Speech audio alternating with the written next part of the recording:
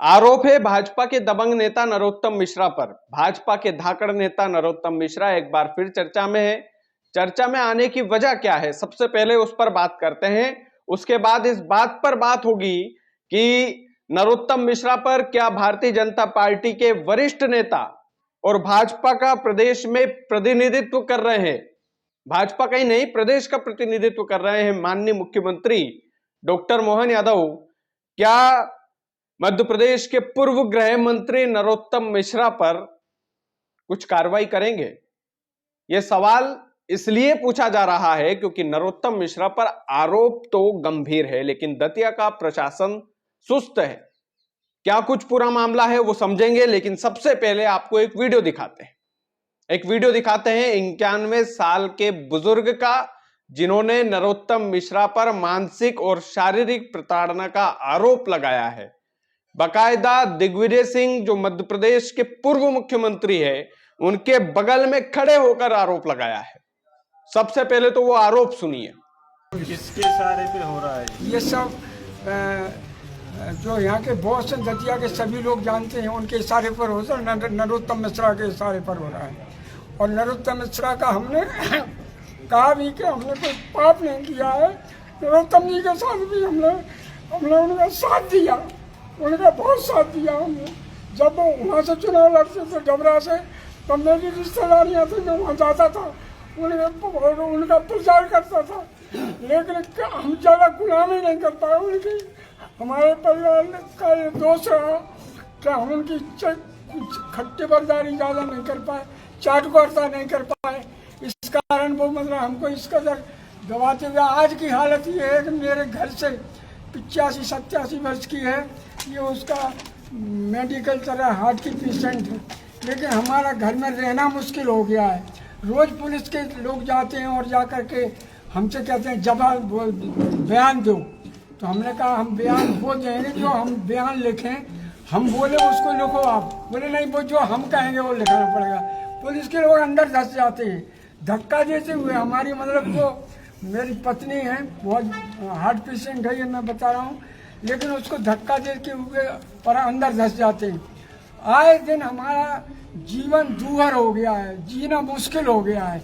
मैं सोचता हूँ हे भगवान, पूरा जीवन संघ के साथ निकाला, बीजेपी के साथ निकाला, हमारे परिवार भी सब इसमें रहे, लेकिन ज़्यादा चाटुकारता और अन्याय की बात नहीं कर सके, झूठ नहीं कर सके। ना हम झूठ बोल सकते हैं, ऐसा सुना है कि साहब सत्य पराजित तो नहीं हो सकता है, परेशान हो सकता है। तो प्रतीक्षा कर रहे हैं कि कब तक, जब तक मरते नहीं हैं। मरने के दिन भी आ गए, 91 वर्ष का हो गया हूँ, लेकिन आज तक। अब हमारी स्थिति ये है कि मेरे बच्चे वगैरह यहाँ दतिया में मकान बना लिया था, तो दतिया में रहते हैं। मेरा बेटा, मेरे नाती वगैरह यहाँ रहते हैं। मैं और मेरे घर से तो आगे दमन होगा तो क्या करेंगे आप? और आगे फिर क्या करेंगे जी? पहले दमन चला आपका, तो क्या आपके कदम होगा? अब क्या कर सकते, बस यही कर सकते हैं कि भले लोगों के सामने जाके हमने राजा साहब से पहले भी निवेदन किया था, और निवेदन ही कर सकते हैं। और अगर दमन होगा तो ये होगा कि वो जहाँ हमारा वो चलेगा, जहाँ हमारा वहाँ बेदखल करना चाहते हैं। रोज यहाँ तहसीलदार जाते हैं कि बेदखल करते हैं तुमको इससे। अगर बेदखल होगा तो हम वहीं आत्मदाह करूँगा, मैं वहीं मरूँगा। हमारा वहाँ पर 80 साल से कब्जा है, 91 वर्ष का हो गया हूँ, 80 वर्ष से वो मेरा कब्जा है, उसको बेदखल करना चाहते हैं। रास्ता पूरा आने जाने के लिए हमने सब छोड़ रखा। यहाँ पे उनके इशारे से कुछ लोगों को, यहाँ पे नरोत्तम मिश्रा के इशारे के कारण, उनकी योजना की तरीके से यहाँ पे कुछ लोगों को उन्होंने धरने पर बैठाला था। वो नाटक करने आए थे। वो कहते थे यहाँ कुआं था, वो जहाँ मेरा मकान है, यहाँ कुआं था, यहाँ मंदिर था। हमने कहा कभी मंदिर नहीं रहा, कुआं नहीं रहा। वो भी सब हमने रिकॉर्ड में भी बता दिया कि कुआं दूसरे के सामने था, यहाँ नहीं था कुआं। तो अब तो यही है कि अगर नहीं होगा तो वहीं आत्मदाह करूंगा, मरूंगा। तो सुना आपने, आरोप कितने गंभीर है। ये आरोप नरोत्तम मिश्रा दतिया के बॉस पर लगाए जा रहे हैं। 91 साल के बुजुर्ग द्वारा लगाए जा रहे हैं। और ये जो बुजुर्ग हैं, ये बता रहे हैं कि हम खुद जनसंघ के नेता थे, हम खुद राष्ट्रीय स्वयंसेवक संघ से जुड़े हुए व्यक्ति थे और हमारे ऊपर ही नरोत्तम मिश्रा जो है ज्यादती कर रहे हैं।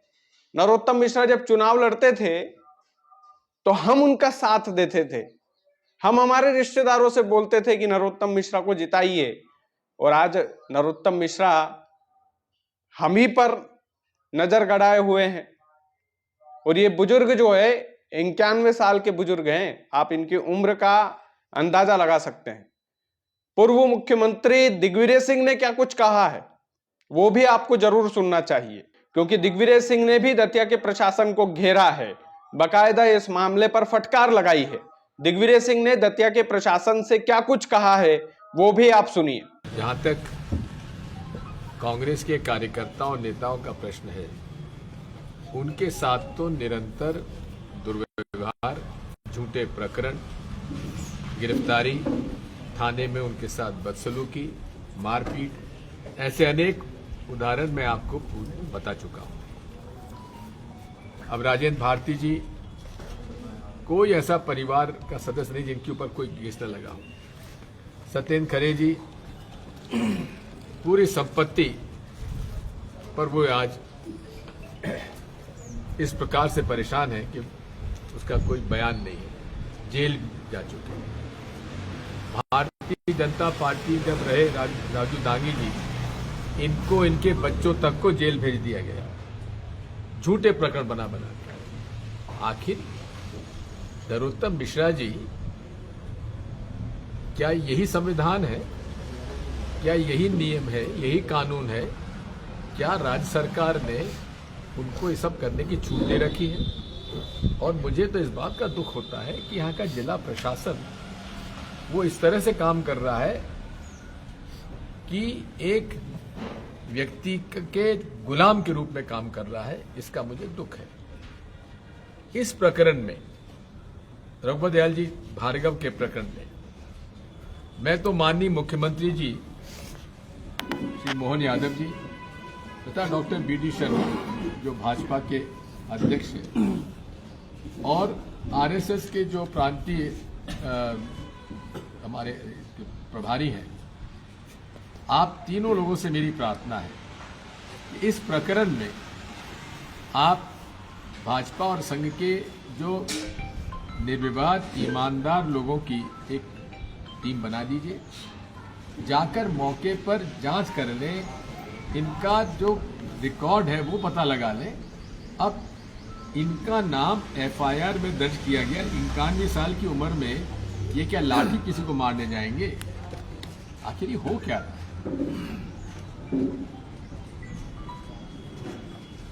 मैं माननीय मुख्यमंत्री जी से यही अनुरोध करूंगा कि इसकी जांच के लिए भाजपा और संघ के लोगों की कमेटी बनाकर इसकी जांच कराएं और दोषी व्यक्तियों के खिलाफ कार्रवाई होना चाहिए। इसी के साथ साथ महेंद्र मौर्य जी के साथ इनके पिता को जमीन अलॉट हुई, माधव विद्यालय को जमीन दी गई दतिया के आसपास। अब उस पर भी नरोत्तम मिश्रा जी ने अनेक विघ्न पैदा किए और अदालत से वो स्टे लेकर आए। अनेक प्रकरण है, अनेक प्रकरण। ये मामला बड़ा गंभीर है। दिग्विजय सिंह ने एक बार और दतिया के हिमांशु भार्गव और उनके परिवार की सुरक्षा की गुहार मुख्यमंत्री मोहन यादव से लगाई थी और बकायदा बोला था कि नरोत्तम मिश्रा और उनके साथी मिलकर के इनके परिवार के साथ कुछ षड्यंत्र रच रहे हैं, इनको मानसिक तौर पर, शारीरिक तौर पर प्रताड़ना दी जा रही है। लेकिन मुख्यमंत्री मोहन यादव के कानों में जूं तक नहीं रेंगी है। अगर कल से इस परिवार के साथ भगवान ना करे कुछ अनहोनी हो जाती है तो उसका जिम्मेदार कौन होगा? उसकी जिम्मेदारी कौन लेगा? क्या मुख्यमंत्री मोहन यादव अपने ही पार्टी के वरिष्ठ नेता, अपनी ही पार्टी में गृह मंत्री रह चुके नरोत्तम मिश्रा पर कुछ कार्रवाई करेंगे? सबसे बड़ा सवाल यह है कि क्या मुख्यमंत्री मोहन यादव की इतनी हिमाकत है कि नरोत्तम मिश्रा पर ये जो गंभीर आरोप लग रहे हैं इसकी निष्पक्ष तरीके से जांच करवाए और जांच में जो भी शुद्धता पाई जाए, अगर ये परिवार गलत पाया जाए तो कार्रवाई इन पर करे प्रशासन।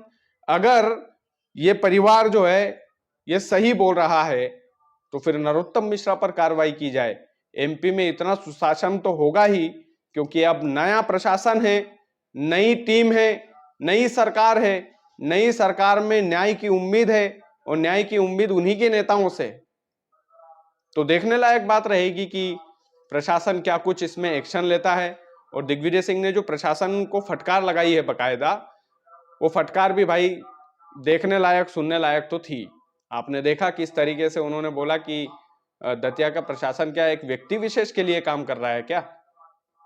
वाकई में ये मामला गंभीर है, इसकी निष्पक्ष तरीके से जांच हो और मुख्यमंत्री मोहन यादव को जांच के आदेश देने चाहिए इस पूरे मामले में। बाकी आप वीडियो को ज्यादा से ज्यादा शेयर कीजिएगा। चैनल यदि आपने सब्सक्राइब नहीं किया है तो प्लीज कर लीजिएगा। बहुत बहुत धन्यवाद।